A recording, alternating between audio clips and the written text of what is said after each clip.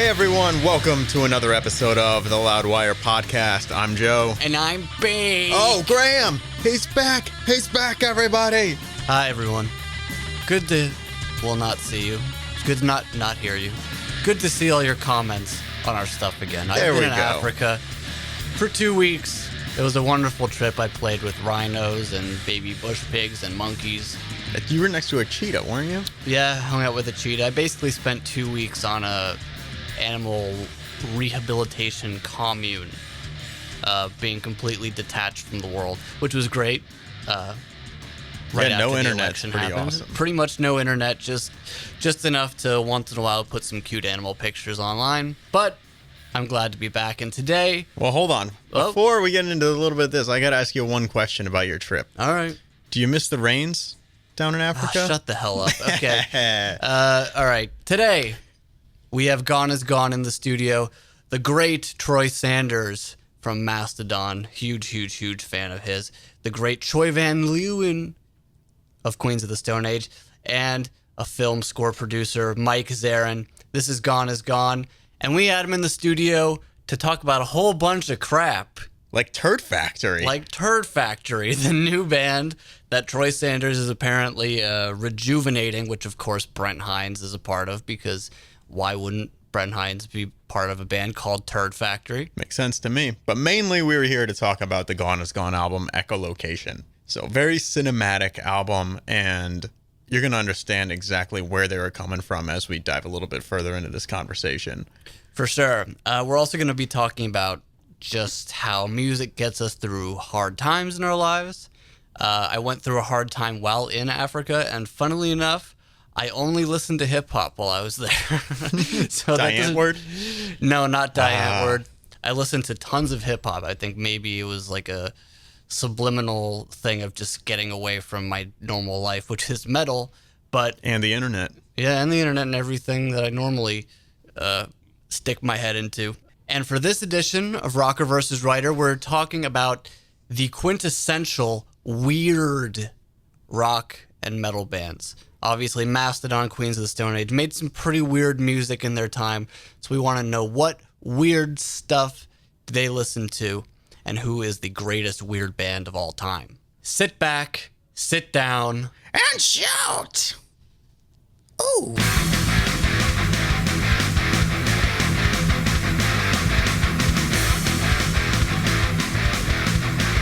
All right, hey everyone, Loudwire podcast, and we are joined by Gone is Gone, the members Troy Sanders, Troy Van Leeuwen, and Mike Zarin. Echolocation is the new record. It's out now. Thank you guys so much for stopping by. We appreciate it. Oh, So yeah. Appreciate very you. much. Got it, man. Is that Macho Man Randy Savage over there? It did. It came out inadvertently. All right, so we're here to talk about the album Echolocation, and I just want to share with you guys my experience with the album because it was a little interesting. I had put on the album while I was working, listened to it like 5 or 6 times, and I was like, yeah, it's pretty cool. There's some nice moments that build up, but nothing really latched on. And then I shut off the lights, put on some really good headphones, and gave it an actual dedicated listen, and then everything just fell into place, and it made so much sense. And I think it really kind of speaks to active versus passive listening. And I feel like a lot of people are putting music on in the background these days rather than actually giving it a full listen that it really deserves.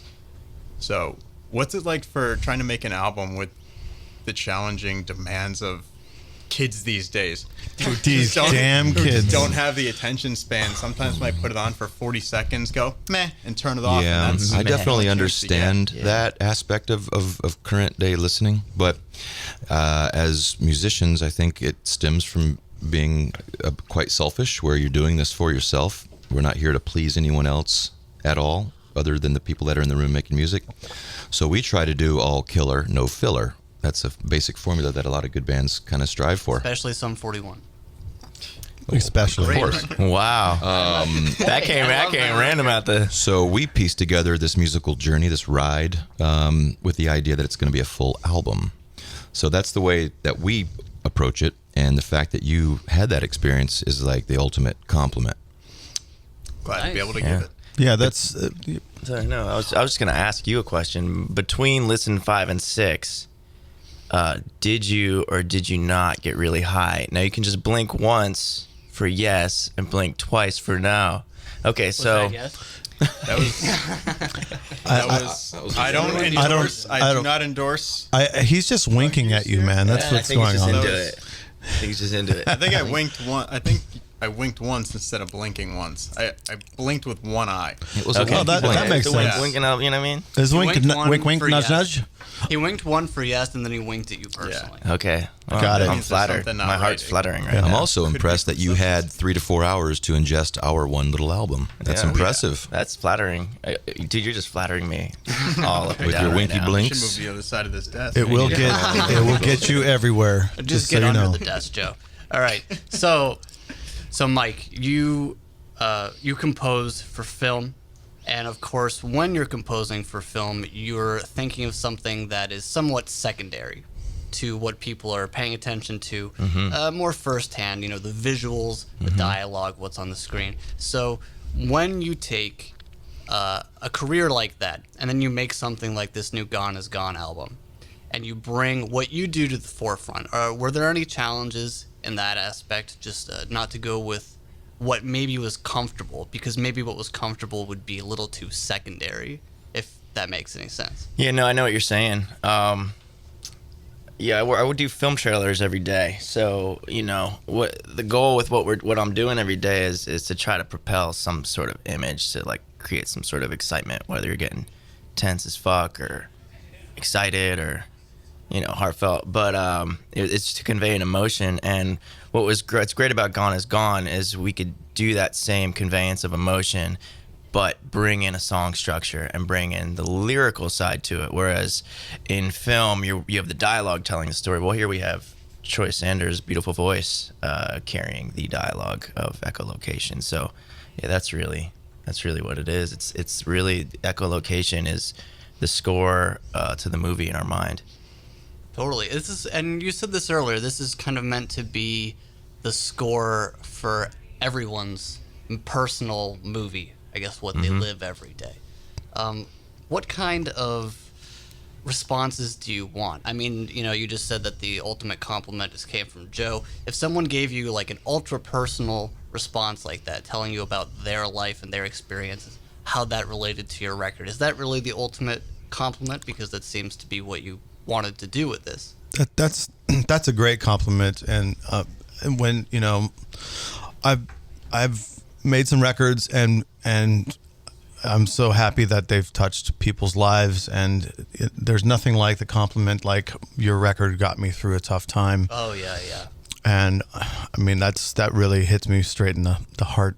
So that's what we would hope for with all of our music, to help somebody have, you know, make their day. You know, music is supposed to be that positive thing that, you know, gets you through a tough time, or it helps you just forget about your shitty day, or actually reminds you of what's important, you know, even if it's something that's negative. You know, you got to find a way through all these sort of hurdles in life.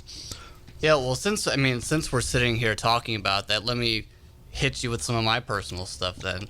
Troy, Mastodon, Yes. For me, The Hunter, especially, that record has gotten me through a lot of stuff, because I used to be like way out of shape, and The Hunter, for some reason, was always my go-to album. Not a song, not a half, not a side, not the whole thing all the way through, like whether running or working out at the gym. But that album, in its various twists and turns, like totally got me through like the pain of the gym or the pain of running. Wow. So that's a huge one to me.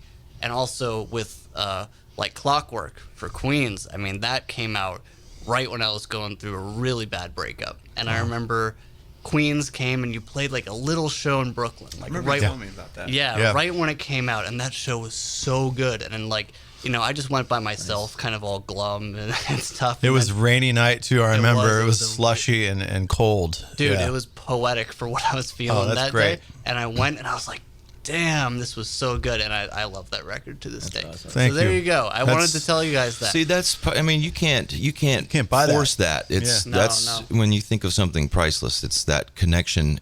I mean, you cannot put your hands on it. You can't. There's no transaction there. It's magic through the sound waves, and I think that's the ultimate accomplishment without even trying to. From our standpoint and from yours. When we play a show, like the other night, we played the Echolocation release show the day it came out. We have no expectations. Well, the Troubadour in LA there was 400 people there. Yeah. And when we were done with our set, everyone had their hands in the air, screaming, clapping. And we don't expect people to love our bands just because we have these other cool bands or whatever. Yeah. That blew my mind. That blew all of our minds. Sure. So it's this circle of amazing rock and roll energy, from the album to the listener, from the listener back to the artist, or from the stage to the crowd and back. It just keeps circling. And I think that's a giant reason that keeps propelling us to all want to do bigger and better things, at least for myself. Yeah, Totally. I remember to this day the first song that I ever ran to when I was like, I need to get my ass off the couch. The first song I ever ran to was Dry Bone Valley. Nice. I remember that to this day. So, again, the importance of all that. Someone mentioned recently that either may or may not have truly fit into the concept or non-conceptual album that we Running released. through right, yes. So according to Wikipedia, that's especially that song. That was a really fun episode. That one and the octopus that has no friends. That song doesn't really belong because it's not part of the It's not part of conceptual the concept thematic of Chinese reason wood. why you recorded an album. Yeah, exactly. But I don't Stick know to where the I heard element that from. It standard. was recently though. Exactly. But hey, I was pretending I was running from the BEEs. See, you kept on running, always running from something. Yeah, for sure. So going back to playing the Gone Is Gone record release show, Yeah. our writer Chad lives in LA, and he was actually at the show, and sweet. he was telling me that Troy. This is going to get so confusing for listeners with two Just Troys. say Troy Sanders. Sanders and VL. Or VL. and VL. So Sanders, Yes, sir. he was saying that you were just constantly addressing the crowd, just thanking them for their support and very appreciative. What's it like growing into the role as the sole vocalist of a band as opposed to a rotating vocal slot in Mastodon? Yeah, definitely. I'm always trying to make myself better as a bass player and a vocalist, but with this band, these guys in Gone Is Gone, they invited me out to be the voice of the band, and that was the biggest musical compliment ever, because I've never had that opportunity to be like this. That's a giant role, and and I really wanted to be as great as possible with it. So, and personally, it kind of pushes my own limits that I may or may not have, and find out what I can possibly do to make interesting vocal patterns, better lyrics, more meaningful, just everything, trying to get bigger and better. And at the show, I just, maybe it's a bit sappy, but I was just blown away that people showed up, because I don't expect me to walk into a building with my, marginally famous friends and we're going to just be great and there's going to be tons of people that love us. That's not the case, We're just a small band has begun and for all the right reasons, and we just do what we love. But I don't know. I just wanted everyone to know that I know what the ticket price was. It was a lot of money, and I appreciate that. So I was speaking hopefully on behalf of my bandmates, but perhaps I spoke too much because I'm usually a man of very little words. But I spoke a lot at that show. As the voice of Gone Is Gone, you're doing a great job, man. Yeah, well done, sir. Did I speak too much at the show? You guys are no, appalled at me. Is that an appalled face you're giving me? No, not at all. I wanted to add to what you're saying by mentioning that, yes, your band, my band, and Tony's band, we've got long histories, lots of fans. That's not always a given that they're going to follow us along into this idea. Sometimes it's downright offensive to some of our fans, Oh yeah, a lot of because people it's like, why are you doing this and not the band that I love so much? I get all that, and it's not a shoo-in that we're just going to. All of our fans are just going to follow us like Pied Piper. They have opinions themselves. They're intelligent people. They need to get something out of it as well. So it's nice that we did have a nice audience that night. That was a fun show. Yeah, even when you make some of the best music in the world, though, even if it's not your original project, people will complain. It's like the want total. Yeah, it's the total Maynard Keenan thing. Like he could do a Perfect Circle, like one of the best bands of the Absolutely, 21st century. one of my favorites. Oh my God, amazing! And then Pussifer, a band that I absolutely adore, he can make just brilliant album after album, and it's still, where's the new Tool? Totally. Absolutely. That's never gonna It's go a away. double-edged sword, you know. Never That's gonna what go happens away. when you accidentally start a cult. Yeah, like totally. what Tool's basically done. Yeah. And that kind of ties into the conceptual records, because this is a very cinematic and conceptual record. A thing that a band like Mastodon, a thing like Queens of the Stone Age, you're no stranger to that kind of thing. Whether it be Blood Mountain or like Clockwork, all those amazing animated videos that you guys made for that just made it even more cinematic. I feel like that style of music is becoming more popular. At least in the underground metal, the die-hard rock fans. Do you see that happening yourselves?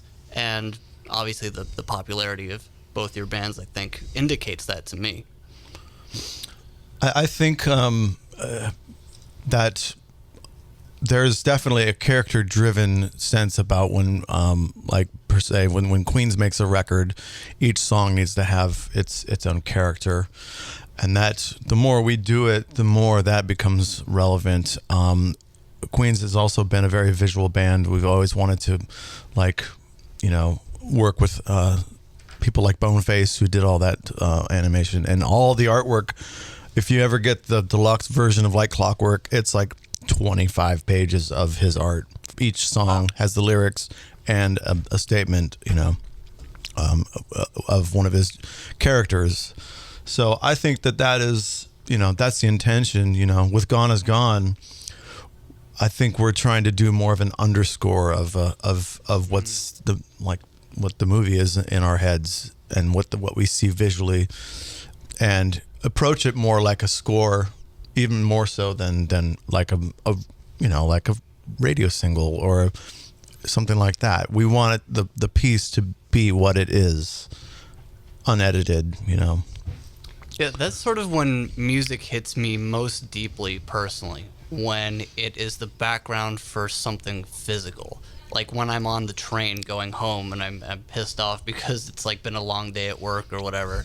Or if I'm driving a car and I have to go a real long way. It's like that road trip thing. When you're on a road trip, that right music is so important. Yeah. There's nothing like music in a car to me. Yeah, man. I listen to mixes in the car. I that's my final listening place before I sign off. It's always in my car, driving. Around. Yeah, to me, when you get that moment where you're driving, and in our case, in sunny Southern California, the windows are down. You might be going down PCH.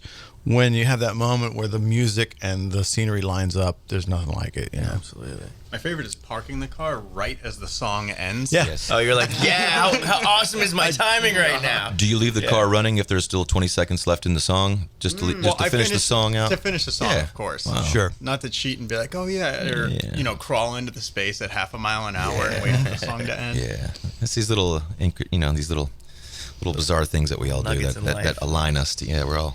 We're very similar here. Yeah, speaking to that, sometimes I won't stop jogging until the song ends. So that's kind of like that's another good good thing. motivation. Wow, that that's the pushes you opposite of a lazy man like myself. I'll be like, Right. I've heard the song before, I'm going to stop. Hey, I'm pretty lazy, but when I'm in the song, it's like there's no reason to stop it now. Let's just keep going.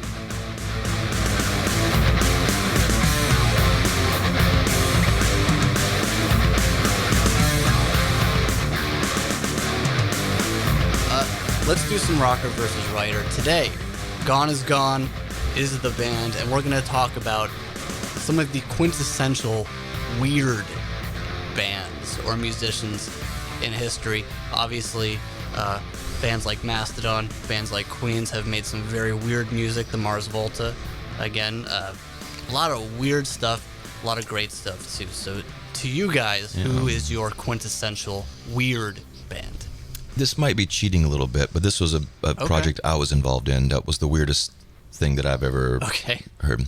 My guitar player in Mastodon, Brent Hines, and myself. I was assuming Brent Hines was part of it. We had a brief band that I'm really trying to bring back. It's the weirdest thing I was ever a part of, and it was very, very enjoyable. Turd Factory. What a good name. Yeah. Wow, okay. And it was short-lived and a lot of fun. And then when time allows, I'd like for Brent and I to revive Turd Really? Factory. You would Really? Yeah, That's like it's. You know the band Fudge Tunnel? absolutely. It's like Fudge They Tunnel. changed my life. It's really. Absolutely. So was it like a Hate play off songs? of Fudge Tunnel? I immediately Turd shut the Factory? door and learned every song on Hate Songs. Damn. Very underrated band, that Absolutely. Fudge Tunnel. Turd Factory, Fudge Tunnel, same thing. Let's stop talking about poop. What That's about you? amazing. Weird bands. Mine is Skinny Puppy. Oh, yeah, of course. Yeah, absolutely. Industrial. Joe, you were talking about an industrial band earlier, yeah? Well, electronic in nature. I wouldn't say industrial, but Kraftwerk. Yeah, Total oh, yeah. weirdos. I mean, Total the roots of weirdos. industrial, right? I just saw them at the Roskilde Festival, and they gave 3D glasses to everyone in the audience, and Great. I was one of them. Yeah. I wanted to see them when they played Museum of Modern Art, but the tickets, I guess there was like only a couple thousand available, and my friend worked with somebody who was there, and they're like, yeah, there was about 80,000 people trying to get Yeah, of course. Time, Yeah. Yeah. So, like crashed I would love and to have everything. seen that. But Via, weird band. Okay. I used to go to my local neighborhood record store when I was growing up, and where I learned lots about like some of the best music in the world. My friends Andy and Larry turned me on to this record called Orchid Spangiophora. And, One more time for the listeners. Orchid, like the flower, and Spangiophora, as in Spangiophora. They have one release that I know of. It's called Flee Past Tape Elf. Wow.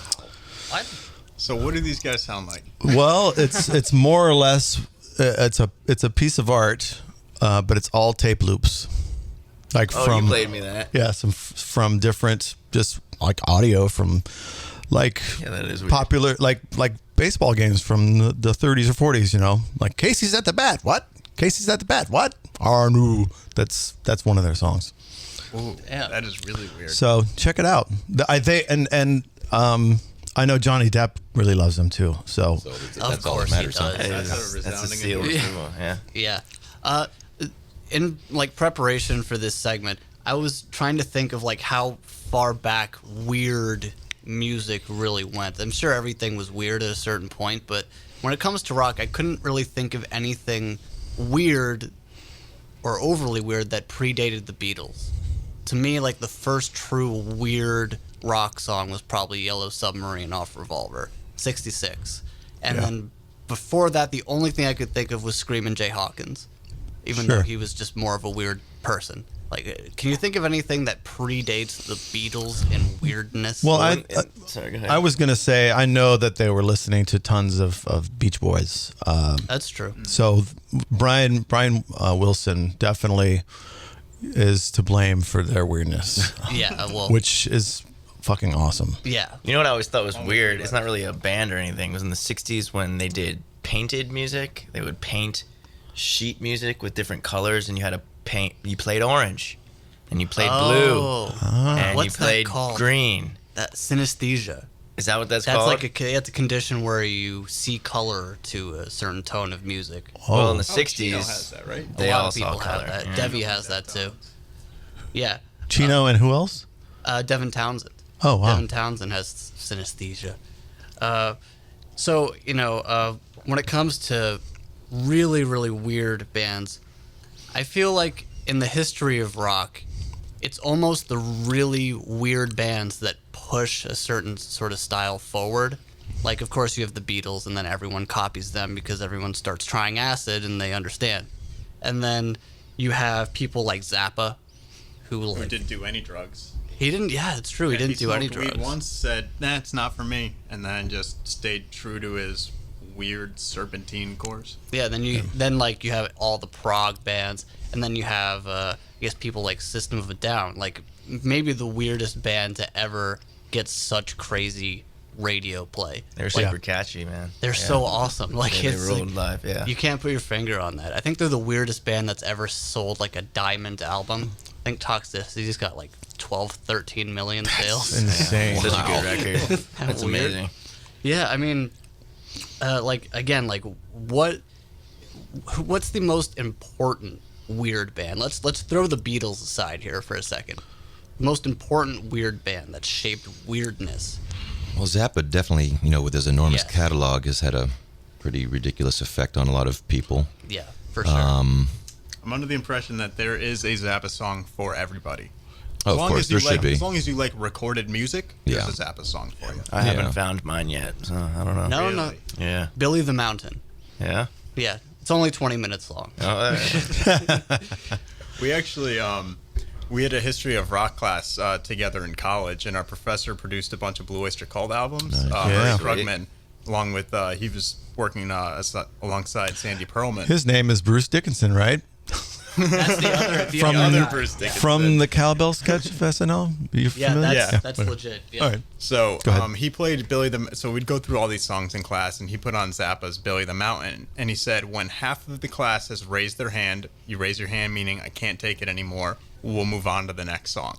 So within like 10 seconds, like 3 hands went up, Awesome. and then we made it through maybe like half of the song.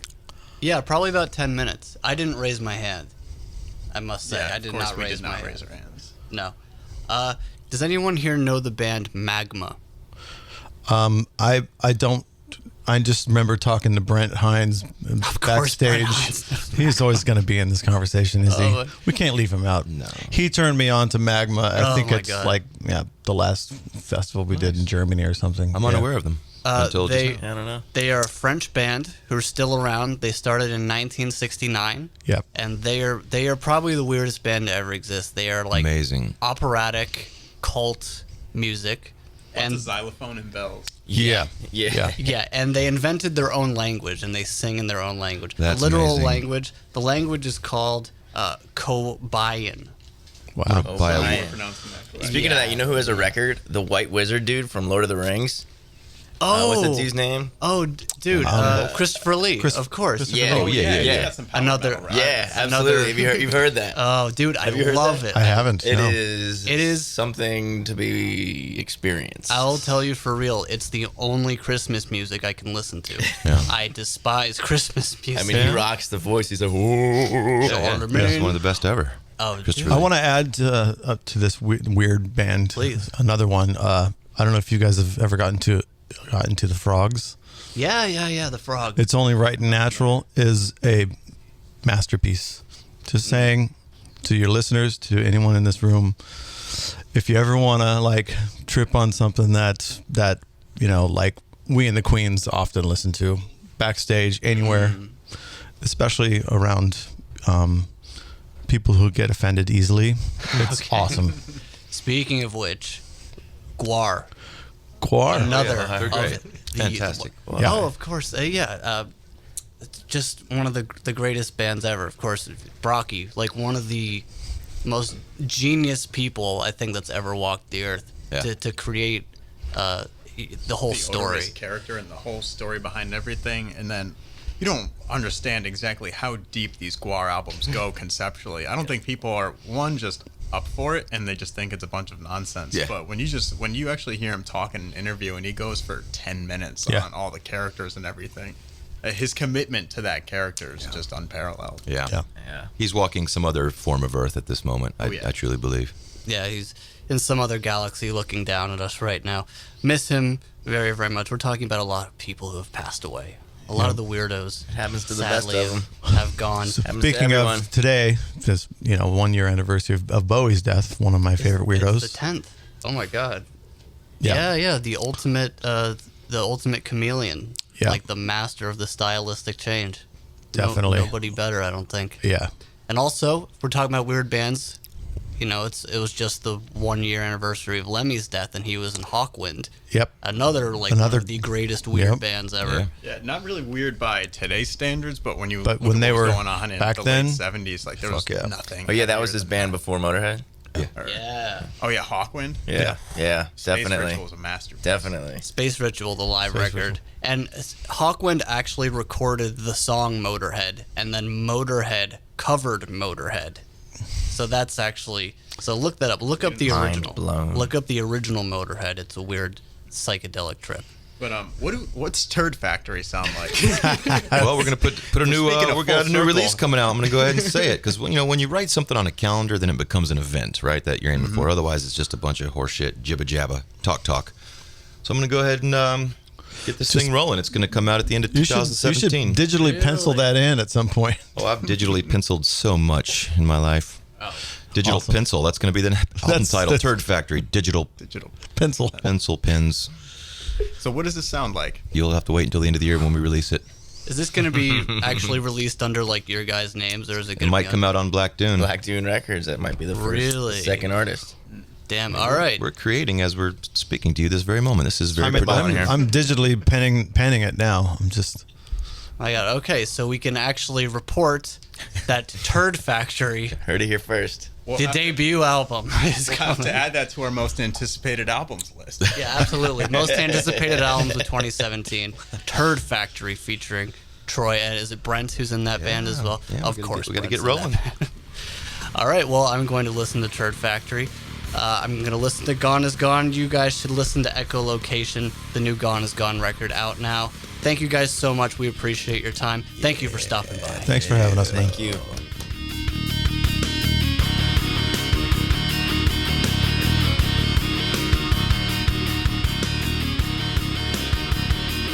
And there you have it, 2 Troys and a mic. I got a mic right in front of me. Yes, you do. That was a fun podcast. I'm a huge fan of Troy Sanders.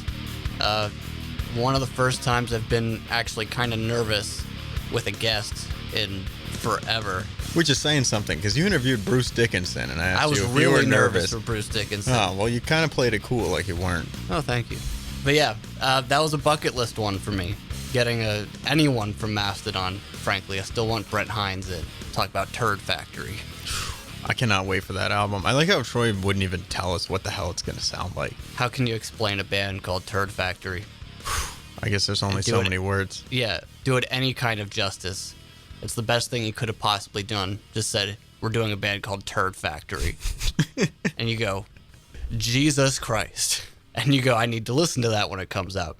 I'm glad I got to tell Troy about how much Mastodon's music meant How to you me. really feel. It was nice. How I feel about Mastodon music, especially The Hunter, and how that album got me through some stuff. It wasn't something I was planning on talking about, but hey, I'm glad I did. Again, bucket list for me, Troy Sanders. Yeah, I had always known that you loved The Hunter, but I don't think I Yeah. ever really got the story why. Well, there you go. That's yeah, it just was part of it. interesting. And I mean, we've said it a million times. Mastodon has never even made a piece of music that is good.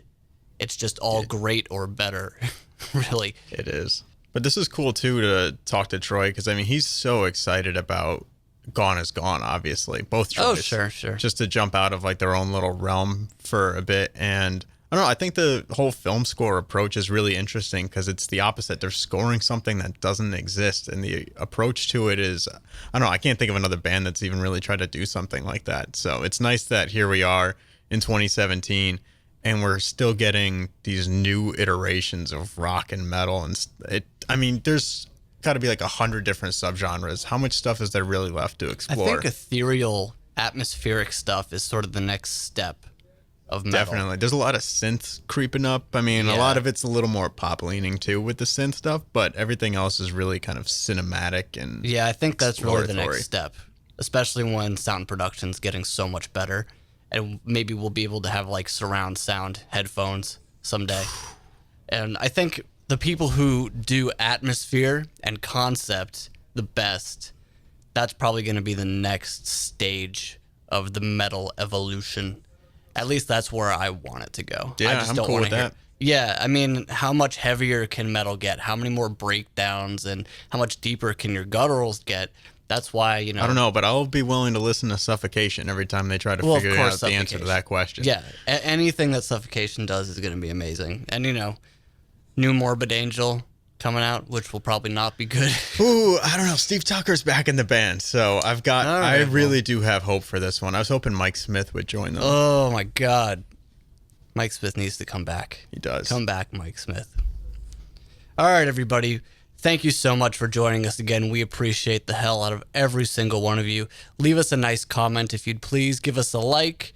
Give us a nice 5-star review on iTunes if you wouldn't be so kind or would be so kind. Wouldn't be. Shut up. Don't ask them to do us a disservice. Ah. Don't insult the audience, Graham. All right. Please follow Loudwire on Instagram, on Twitter, on Facebook. Check out the website for all your daily rock and metal news. You can follow me on Twitter at GrahamWire. And you can follow me on Twitter at Ice Nerve Shatter. Exactly. Got that? One word. Yep. If you don't know how to spell it, just look up Godflesh and just keep listening to songs till you find that one. All right, everybody. Thanks a lot. Have a good one. We'll see you next time.